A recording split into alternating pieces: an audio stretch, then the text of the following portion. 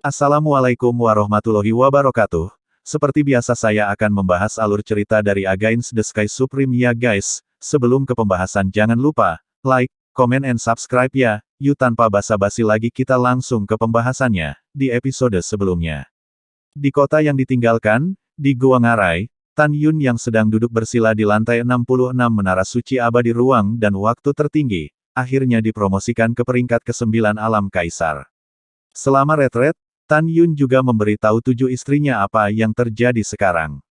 Sen Subing memancarkan nafas Kaisar Alam Suci tingkat pertama, memasuki lantai 66, memandang Tan Yun, dan berkata dengan dingin, "Suamiku, aku telah memasuki Alam Suci Kaisar, bahkan jika kultivator Kaisar Alam Suci ada di urutan ke-12, saya tidak takut sama sekali, sudah waktunya bagi kita untuk mengubah kota yang ditinggalkan menjadi kota mati," ucap Sen Subing. "Nah, itulah yang saya maksud," ucap Yan Yun bangkit, maju selangkah, dan memeluk pinggang kecil Sen Subing, dan berkata, "Orang-orang di kota yang ditinggalkan semuanya adalah makhluk abadi tingkat tinggi, jika mereka tidak mati, akan ada lebih banyak makhluk abadi yang lebih rendah yang akan mati di tangan mereka di masa depan. Sekarang, dengan promosi saya ke peringkat ke-9 Kaisar, saya tidak takut dengan kultivator peringkat ke-12 dari Kaisar Alam Suci. Sekarang di kota yang ditinggalkan, tidak ada yang menjadi lawan kita," ucap Tan Yun. Pada saat ini, 6 orang termasuk Tantai Xianer juga memasuki menara Tan Yun, dan mereka semua berkata bahwa mereka akan membunuh musuh bersama-sama. Sekarang ke-6 gadis itu satu langkah lebih tinggi dari ranah Tan Yun, dan mereka juga ranah Kaisar tingkat ke-10. Ada 3 alasan mengapa putri ke-6 lebih tinggi dari ranah Tan Yun. Pertama, ke-6 wanita itu sangat berbakat. Kedua, ke-6 wanita itu meminum pil Teijin berkualitas tinggi dari Tan Yun. Ketiga, ke-6 wanita itu tinggal di menara sepanjang waktu, kecuali cinta mereka dengan Tan Yun, mereka mundur. Tan Yun menggelengkan kepalanya sambil tersenyum, "Kalian, meskipun alamnya lebih tinggi dariku sekarang, tetapi kalian hanya bisa berurusan dengan kultivator dari urutan ke-6 hingga ke-9 di alam suci Kaisar. Misi kalian adalah untuk terus mundur, dan kamu akan dapat menggunakannya di masa depan, masih banyak tempat untukmu," ucap Tan Yun. Setelah berbicara, Tan Yun mencium bibir merah ke-6 gadis itu satu persatu, dan berkata kepada ke-6 gadis itu, "Hei, setelah suami menghancurkan kota terbengkalai, suamimu akan bertarung dengan kalian selama 300 putaran, hahaha," ucap dari Tan Yun. "Suamiku, kamu tidak tahu malu. Menjijikkan." Ke-6 gadis itu tertawa dan memarahi Tan Yun, lalu meninggalkan lantai 66. Setelah beberapa saat, Tan Yun yang mengenakan jubah ungu, dan Sen Subing, yang mengenakan gaun panjang dengan bunga emas, berpegangan tangan seperti anak laki-laki dan perempuan emas, terbang keluar dari gua, tergantung di ngarai yang agung. "Suami, menurut waktu, Long Xiaolin telah kembali ke kota yang ditinggalkan." Sen Subing mengangkat kepalanya sedikit, melihat formasi emas di langit, dan berkata dengan cemas, "Sekarang formasi pertahanan besar begitu tenang, jelas tidak ada yang menyerang. Aku mencurigai Long Xiaolin, dan pergi ke Dewa Abadi untuk meminta bala bantuan," ucap Sen Subing. Mendengar ini, Tan Yun mengangguk setuju. "Saya pikir juga begitu. Selain itu, Subing, pikirkanlah, alasan mengapa makhluk abadi superior belum menyingkirkan Suan Yuan Xiancheng sudah cukup untuk menunjukkan bahwa kekuatan tingkat atas dari makhluk abadi juga harus berada di ranah kekaisaran. Jika itu adalah wilayah kaisar, penghancuran Suan Yuan Xiancheng semudah telapak tanganmu. Selain itu, di antara 9 kota abadi yang didirikan oleh para dewa superior, tidak ada terlalu banyak orang kuat di ranah kaisar, dan 9 kota tidak harmonis," ucap Tan Yun. Setelah mendengarkan, Sen Subing berkata dengan rasa ingin tahu, "Suamiku, bagaimana Anda menilainya?" ucap Sen Subing.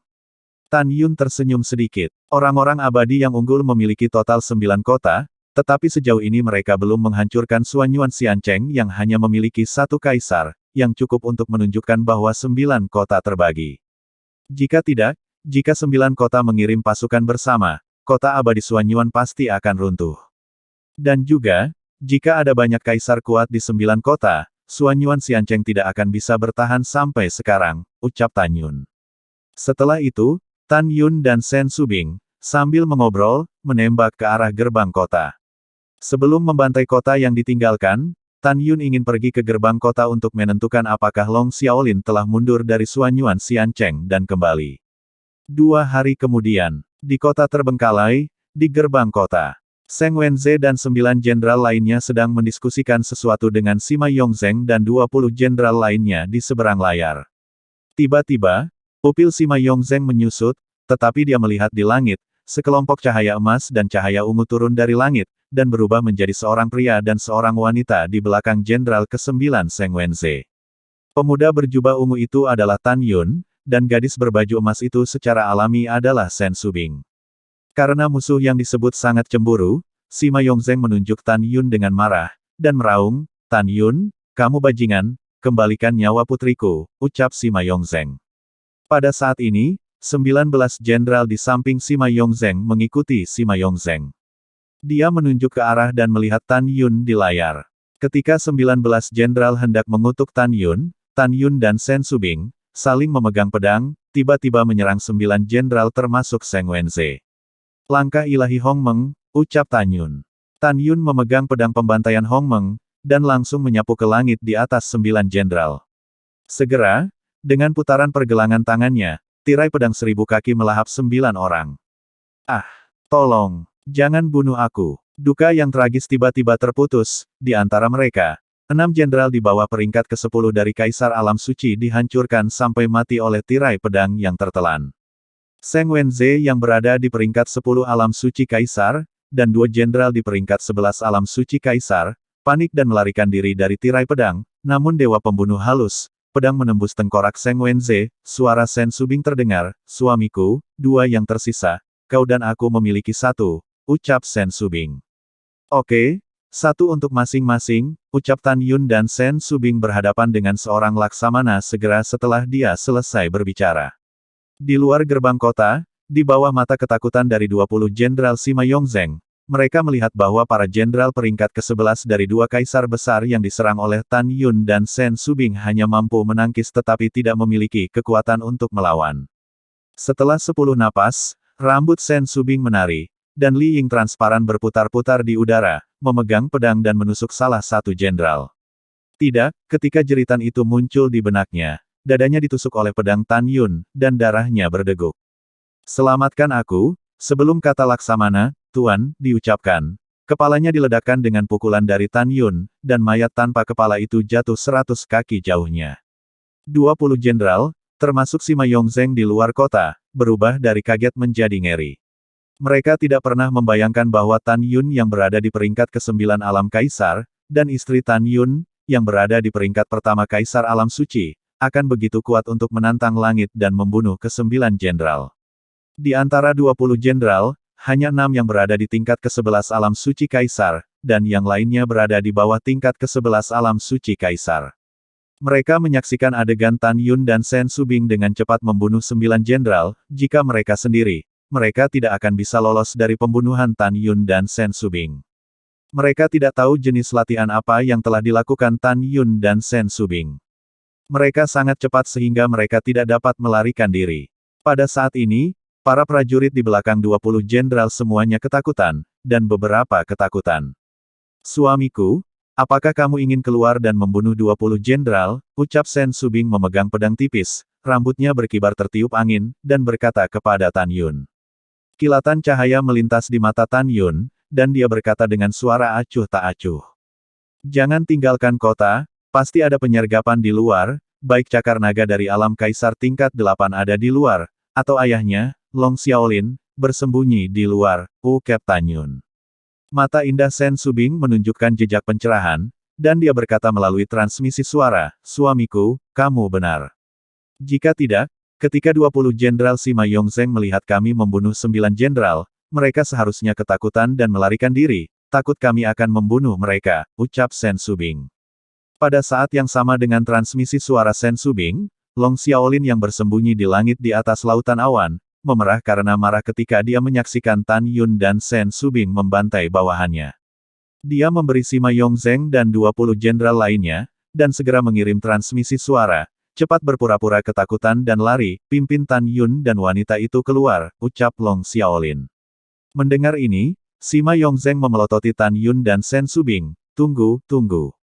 Sekarang, setelah Tuan Kota kami mengundang bala bantuan, kami akan membiarkan kota Anda dihancurkan, ucap Sima Yongzheng. Setelah itu, 20 jenderal berbalik untuk melihat 200 juta tentara abadi, dan berkata serempak, lari, dan terbang menuju langit yang jauh, ucap para jenderal. Tan Yun dan Shen Subing saling tersenyum, mata mereka penuh dengan penghinaan terhadap Sima Yongzheng dan yang lainnya. Dari reaksi pertama semua orang, keduanya melihat kekurangannya. Pada saat yang sama, Suan Yuanrou yang bersembunyi di lautan awan, untuk beberapa alasan, matanya yang seperti safir menatap pedang ilahi Hongmeng di tangan Tan Yun. Mengapa? Ketika saya melihat pedang ini, hati saya sakit.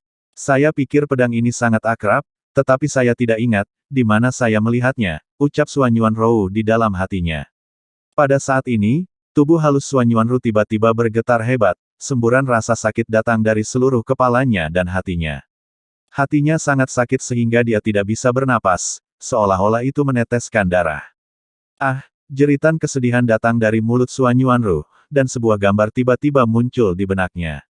Dalam gambar itu, dia dan seorang pria bertarung dengan sengit di kehampaan yang luas. Sosok pria itu tiba-tiba menghilang, seperti hantu, muncul di depannya, dan sebuah pedang menembus jantungnya. Terganggu di layar ini, meskipun gambar ini sangat kabur, dan wajah pria itu tidak dapat dilihat dengan jelas, Suan Yuanrou masih yakin bahwa pedang yang ditusuk pria itu di hatinya persis sama dengan pedang di tangan Tan Yun. Pada saat ini, rasa sakit di kepala dan hati Suan Yuanrou menghilang dengan tenang, tetapi teriakannya barusan dengan jelas memasuki telinga Tan Yun dan Shen Subing. Tan Yun dan Shen Subing menatap lautan awan mengikuti suara itu, dan keduanya merasa bahwa suara mereka agak familiar. Tepat ketika Tan Yun memikirkan siapa wanita itu, Long Xiaolin yang berada jutaan kaki di atas Laut Yunhai, siap menyerang kapan saja. Dia melihat ke bawah, tetapi melihat bahwa di lautan awan yang dia tonton sebelumnya, bayangan yang indah muncul, jika bukan Suan Yuanrou, siapa lagi? Rower, Tan Yun berbisik, mengapa kamu di sini, ucap Tan Yun. Pada saat ini, hati Tan Yun tenggelam. Dia tidak pernah berpikir bahwa Suan Yuanrou akan ada di sini. Kemudian, dengan cara ini, langkah ilahi Hongmeng yang baru saja dia gunakan, dan pedang ilahi pembunuh Hongmeng, dia melihat semuanya. Tidak masalah, hari yang akan datang akan selalu datang, untungnya, dia belum memulihkan ingatannya, ucap Tan Yun di dalam hatinya. Setelah Tan Yun diam-diam berkata, dia tampak khawatir, apa yang terjadi padamu barusan, ucap Tan Yun lewat transmisi suara. Suan Yuanrou melirik pedang pembunuh Hongmeng di tangan Tan Yun, dan diam-diam bertanya, mengapa gambar itu muncul di pikiranku sekarang? Aku tidak pernah menembus hatiku sejak ingatan masa kecilku, tapi apa sebenarnya gambar itu? Mengapa? Apakah itu muncul di pikiranku? Dan mengapa? Iya, setiap kali aku melihat pedang di tangan Tan Yun, aku merasa sedikit tidak nyaman, dadaku sesak dan hatiku sakit, ucap Suan Yuanrou di dalam hatinya. Suan Yuanrou memikirkan hal ini, dia tiba-tiba memikirkan sesuatu, dan buru-buru mengirim transmisi suara ke Tan Yun. Tan Yun, kamu tidak boleh membuka formasi pertahanan, harusnya ada seseorang yang bersembunyi di langit di atas kepalaku, ucap Suan Yuanrou. Suan Yuanrou baru saja menyelesaikan transmisi suara, dan segera, suara lama Long Xiaolin yang penuh amarah bergema di langit, Suan Yuanrou, pergi ke neraka. Sebelum dia selesai berbicara, Long Xiaolin melepaskan napas tirani dari peringkat ke-12 alam suci Kaisar, memegang pedang panjang atribut kematian, mengangkat sinar pedang hitam legam yang panjangnya 10.000 kaki, dan menebas ke arah Suan Yuanrou di udara. Cahaya pedang hitam legam diubah dari kekuatan Kaisar Kematian. Kekuatan dan kecepatannya begitu kuat sehingga Suan Yuanrou terkejut. Di hadapan serangan menyelinap Long Xiaolin, Suan Yuanrou yang tidak bisa menghindar tepat waktu, mengambil formula ajaib dari tangan batu giok di lautan awan, dan berkata dengan sungguh-sungguh, Tian Xuan Bing Feng, ucap Suan Yuanrou. Tiba-tiba, napas langit dan bumi yang beku datang dari tubuhnya yang lembut dan tanpa tulang. Setelah itu menyebar, puncak es setinggi 30.000 kaki terbentuk dengan cepat di atas kepalanya. Bang! Pada saat pedang sepanjang 10.000 kaki menebas di puncak es setinggi 30.000 kaki tiba-tiba runtuh, dan masih menebas ke arah Suan Yuanrou. Hati-hati Rower, ucap Tan Yun berteriak cemas, menatap Suan Yuanrou di langit. Mendengar suara perhatian Tan Yun, Suan Yuanrou merasa hangat di hatinya, dia tampak serius, dan ketika dia membalikkan tangannya, rasa dingin datang dari tangan batu gioknya dan berubah menjadi pedang es Tianxuan yang memerah. Pada saat yang sama, permukaan tubuhnya dengan cepat berubah menjadi satu set baju besi es Tianxuan merah cerah. Pada saat ini, Tan Yun melihat adegan di mana Suan Yuanrou mengenakan baju besi es Tianxuan dan memegang pedang es Tianxuan, sebuah pedang menembus jantungnya. Mungkinkah dia telah memulihkan ingatannya? Kalau tidak, bagaimana dia bisa menyingkat armor es Tianxuan dan pedang es Tianxuan? Ucap Tan Yun. Hati Tan Yun tenggelam. Segera, Tan Yun menggelengkan kepalanya lagi. Menurut pendapatnya, Suan Yuanrou tidak mendapatkan kembali ingatannya. Jika tidak, dia seharusnya memiliki reaksi yang sangat kuat ketika dia melihat pedang pembantaian primordial di tangannya. Tan Yun tidak tahu bahwa jeritan Suan Yuanrou adalah karena reaksinya yang tidak terkendali setelah melihat Hong Meng-nya membantai pedang ilahi. Tepat ketika Tan Yun bingung, Suan Yuanrou yang mengenakan baju besi es Tianxuan berwarna merah cerah, tiba-tiba mengayunkan pedang es Tianxuan. Segera, langit runtuh, dan di lubang raksasa ruang hitam pekat yang tak berujung, sekelompok aura merah darah, sedingin es dari 1000 pendekar pedang kaki naik ke langit dan bertemu dengan 1000 kaki pendekar pedang. Bang! Boom! Pada saat kedua cahaya pedang bertemu di kehampaan, badai kekuatan besar meledak seperti nebula dengan ketinggian ratusan ribu meter. Sementara Tan Yun sedang terburu-buru, dia melihat cahaya pedang berwarna darah Suan Yuanrou runtuh dalam cahaya pedang yang dipadatkan oleh kekuatan Kaisar Kematian. Dan pedang hitam bersinar 10.000 kaki, meskipun mengalahkan cahaya pedang berwarna darah dari 1000 kaki, itu menyusut menjadi raksasa 100 kaki, dan menebas dada Suan Yuanrou. Bang! Crash! Armor es Tianxuan yang terkondensasi di permukaan tubuh Suan Yuanrou segera pecah berkeping-keping, organ dalam Suan Yuanrou terguncang hebat, dan rambut acak-acakan jatuh ke bawah. Selama musim gugur, Suan Yuanrou menyemburkan darah dari mulutnya, dan penampilannya sangat pedih dan indah. Alasan mengapa Suan Yuanrou berhasil diserang oleh Long Xiaolin adalah karena dia tidak sadarkan diri begitu saja karena dia melihat pedang suci pembunuh Hong Meng milik Tan Yun. "Rower, lari ke saya," ucap Tan Yun.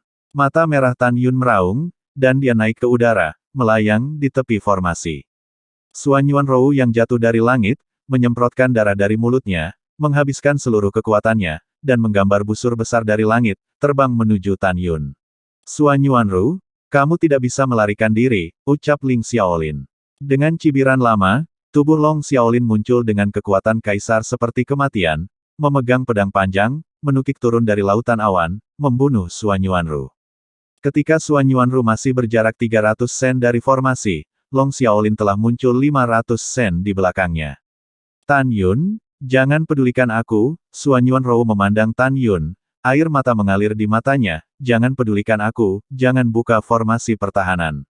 Lari, jika kamu tidak melarikan diri, jika tidak, kamu akan mati," ucap Suan Yuanrou. Tan Yun mengepalkan tinjunya dan berkata dengan keras, "Jika aku tidak menyelamatkanmu, kamu akan mati, jadi patuh dan terbanglah," ucap Tan Yun. Selama penerbangan XUANYUANROU, meskipun darah terus-menerus memancar di mulutnya, dia menatap mata Tan Yun yang berlinang air mata dengan sedikit kelembutan, dan berkata melalui transmisi suara, "Tan Yun, aku tahu kamu aman dan sehat. Jika aku mati, ingatlah untuk menjaga pamanku baik-baik untukku, Tan Yun aku sayang." Tepat sebelum Suan Yuanrou mengucapkan kata, "kamu," suaranya tiba-tiba berhenti. Saat jika dia melihat yang ekstrim dalam kepanikan, dia berteriak, "Tan Yun, jangan keluar," ucap Suan Yuanrou. Air mata Suan Yuanrou menetes, tetapi melihat Tan Yun terbang keluar dari arai pertahanan Wan Long tanpa ragu-ragu, dia terbang menuju Suan Yuanrou dengan kecepatan yang sangat tinggi. Dalam formasi pertahanan, Shen Subing tidak pernah membayangkan bahwa Tan Yun akan bergegas keluar dari formasi perlindungan kota untuk Suan Yuanrou. "Suamiku, mengapa kamu melakukan ini?" ucap Shen Subing. Selama transmisi suara Shen Subing, ketika dia hendak terbang keluar dari formasi pertahanan, dia melakukan tendangan voli ke udara dan memikirkan Tan Yun, "Subing, jangan keluar. Aku cukup yakin bahwa aku bisa membawanya kembali ke formasi pertahanan." "Subing, sebenarnya, ada beberapa hal di masa lalu yang tidak kamu ketahui tentang Suan Yuanrou, meskipun dia dan aku adalah musuh bebuyutan, tapi juga. Singkatnya, aku berhutang padanya. Hal-hal yang sangat rumit, itu saja sebelum kita menikah, aku akan memberitahumu nanti." Singkatnya, Aku berhutang banyak padanya, dan sekarang aku harus menyelamatkannya, bahkan jika hanya ada kesempatan, aku akan menyelamatkannya, ucap Tan Yun. Setelah transmisi suara, Tan Yun melakukan langkah ilahi Hongmeng dan terbang menuju Suan Yuanru. Sen Subing memandang Tan Yun yang berusaha menyelamatkan Suan Yuanru seperti ngengat ke api, matanya kabur karena air mata, dan dia menangis. Mungkinkah Dewa Hongmeng ada pada masa itu? Apakah rumor tentang suami dan patriark klan roh itu benar? Tapi jika ya, mengapa sang suami menikam Suan Yuanru dengan pedang mematikan itu sejak awal? Apakah itu pembunuhan, atau alasan lain? Tapi tidak peduli apa, suami selalu membunuh patriark klan spiritual. Titik. Jika Suan Yuanru mendapatkan kembali ingatannya, bagaimana dia bisa memaafkan suamiku? Tidak, aku tidak akan pernah membiarkan hal seperti itu terjadi. Sen Subing merenung di sini. Dia menangis kepada Tan Yun dan berkata, "Suami, Anda tidak bisa melakukan ini," ucap Sen Subin. "Subing, aku bisa menjanjikanmu apa saja, kecuali kali ini, aku menemukan jawabannya. Aku kasihan padanya saat itu, tetapi dalam kehidupan ini, bahkan jika dia ingin membunuhku, aku akan memberinya kesempatan yang adil untuk bertarung. Aku tidak bisa membiarkannya mati sampai saat itu, tidak akan pernah," ucap Tan Yun. Suara tegas Tan Yun melekat di benak Sen Subing, dia berdiri di udara, hatinya dipelintir seperti pisau. Dia takut Tan Yun akan dibunuh oleh Long Xiaolin dalam proses menyelamatkan Suan Yuanru. Tapi dia bisa membenci Suan Yuanru, jika rumor mantan alam Dewa Hongmeng tentang suaminya dan patriark klan spiritual itu benar, maka memang pria yang merampok patriark klan spiritual. "Suamiku, apa yang terjadi antara kamu dan patriark klan spiritual? Aku benar-benar merasa sakit hati atas apa yang terjadi padamu," ucap Sen Subing. Sementara Sen Subing berduka, Suan Yuanru yang terluka parah, dipeluk oleh Tan Yun. Suan Yuanru meneteskan air mata, "Kamu pergi, jangan khawatir tentang aku," ucap Suan Yuanru. "Aku akan mengurusnya," ucap Tan Yun berkata dengan keras, memeluk Suan Yuanru, dan menukik ke arah formasi pertahanan. "Hahaha, jangan mencoba melarikan diri dariku, kalian berdua." Long Xiaolin mengejarnya, menyeringai, "Tan Yun, bajingan, berani membunuh istriku, aku harus membunuhmu," ucap Long Xiaolin. Ketika hanya tersisa 1000 kaki dalam formasi pertahanan, Long Xiaolin sudah muncul di langit di atas kepala Tan Yun, dan dia mengangkat sinar pedang setinggi langit dan menebas Tan Yun. "Subing, terima dia," ucap Tan Yun berteriak, dan dengan seluruh kekuatannya, dia melemparkan Suan Yuanru yang terluka parah, ke arah formasi pertahanan di bawah. "Tidak," ucap Suan Yuanru membuat suara patah hati dalam kehampaan. Dia jatuh telentang, menatap ke langit, tetapi melihat pedang hitam besar bersinar dari kekuatan atribut kematian Kaisar, menelannya ke Tan Yun. "Tan Yun," ucap Suan Yuanru menangis lemah. "Suamiku," ucap Sen Subing keluar dari formasi pertahanan dengan teriakan yang menusuk, dan memasuki formasi dengan Suan Yuanru di tangannya. Alasan mengapa Sen Subing dapat dengan bebas masuk dan keluar dari formasi secara alami adalah cara Tan Yun menyuruhnya untuk membuka formasi. Di dalam formasi pertahanan yang hebat, Suan Yuanru dan Sen Subing menatap langit, hati mereka terpelintir seperti pisau, mereka tidak berani memikirkan konsekuensi pukulan Tan Yun dari Long Xiaolin. Di langit, Tan Yun menghadapi cahaya pedang hitam yang ditelan, dan dia meraung dalam hatinya, "Menara sihir kota Gyeoksu," ucap Tan Yun. Tiba-tiba, seberkas cahaya kristal melesat keluar dari cincin Tan Yun, dari langit di atas kepalanya, berubah menjadi menara Dewa Iblis penekan setinggi 50.000 kaki, sebening kristal. Menara ini persis menara Dewa Penekan Iblis, Dongfang Yusu, penguasa alam liar. "Jinni, Musin, kalian semua keluar dan berdiri melawan menara penindas iblis untukku," ucap Tan Yun berteriak. 11 pedang ilahi Hongmeng terbang keluar dari pikiran Tan Yun dan berubah menjadi raksasa-raksasa dengan ledakan yang menusuk. Ujung pedang dari 11 pedang ilahi Hongmeng, muncul dalam tusukan melingkar di bagian bawah menara iblis penekan. Bang! Boom! Pada saat ini, dengan suara keras yang memekakkan telinga, kekuatan kematian Long Xiaolin, kekuatan Kaisar Kematian, berubah menjadi cahaya pedang hitam pencakar langit, dipotong di bagian atas menara iblis penekan. Long Xiaolin adalah kekuatan besar dari peringkat ke-12 dari kerajaan kekaisaran, seberapa kuat kekuatan pedang. Segera, menara iblis kota Yusu yang setinggi 50.000 kaki, dipotong, dan 11 pedang ilahi Hongmeng yang mendukung menara kota iblis juga terpental. Di bawah pemblokiran, cahaya pedang, napasnya melemah 4 poin, dan dia masih menelannya ke arah Tan Yun. Hongmeng Bingyan, ucap Tan Yun. Pada saat kritis, telapak tangan kiri Tan Yun terdorong keluar dari udara, dan segera, Hongmeng Bingyan yang berwarna biru es hingga 3.000 kaki berubah menjadi gunung es setinggi 3.000 kaki dari pembakaran tubuh Tan Yun. Dan Tan Yun memegang pedang pembunuh Hongmeng di tengah gunung es. Ketika Tan Yun melarikan diri ke dasar gunung es tanpa halangan, pedang hitam langit bersinar, boom, menghancurkan gunung es. Segera, sinar pedang hitam legam itu menebas secara vertikal ke arah punggung Tan Yun. Besar, ucap Tan Yun. Dalam benak Tan Yun, pedang ilahi Hongmeng terbang menjauh dari tangan kanannya, dan berubah menjadi raksasa-raksasa di atas punggungnya. Ledakan. Setelah cahaya pedang menebas pedang ilahi Hongmeng, pedang itu runtuh. Excalibur pembunuh Hongmeng memiliki dampak yang sangat kuat, dan pedang paralel itu menamparkan punggung Tan Yun. Kaca, kaca, off. Tiba-tiba, tulang punggung Tan Yun hancur, tulang bahunya meledak, dan panah berdarah keluar. Dia tiba-tiba kehilangan kesadaran dan jatuh seperti bola meriam menuju formasi pertahanan di bawah. Selama itu, 11 pedang ilahi Hongmeng dan api es Hongmeng menembus tubuh Tan Yun seperti kilat. Suamiku, ucap Sen Subing dengan bunga pir di wajahnya. Sen Subing bergegas keluar dari formasi pertahanan dengan ekspresi panik, mengambil Tan Yun yang lemas ke dalam pelukannya, dan dengan cepat melarikan diri ke dalam formasi perlindungan kota. Begitu Sen Subing melarikan diri ke formasi pertahanan, Long Xiaolin muncul di depan formasi dengan pedang. Sialan, satu langkah terlambat, ucap Long Xiaolin berteriak dengan marah. Dalam formasi pertahanan yang hebat, Sen Subing memeluk Tan Yun dan terbang ke tanah, indera perimanipulasi pucatnya menembus ke dalam tubuh Tan Yun. Yang membuatnya panik adalah organ dalam Tan Yun mengalami pukulan yang belum pernah terjadi sebelumnya, terutama jantungnya yang retak, yang hampir berhenti berdetak. Subing, bagaimana dia terluka? Ucap Suan Yuanrou yang terluka parah, bertanya sambil berlutut di depan Tan Yun sambil menangis. Sen Subing menjulurkan jari gioknya, menunjuk ke arah Suan Yuanrou, dan berkata dengan dingin, jika terjadi sesuatu pada suamiku, aku pasti tidak akan memaafkanmu, ucap Sen Subing. Maaf, aku benar-benar minta maaf, ucap Suan Yuanrou menangis. Pada saat ini, Long Xiaolin yang berada di luar Great Defense Array, menyeringai, dia akan mati di bawah pedangku. Kalian berdua gadis kecil, kalian lebih cantik dari yang lain, selama kamu membuka Great Defense Array, jadilah wanita Long Xiaolinku lagi.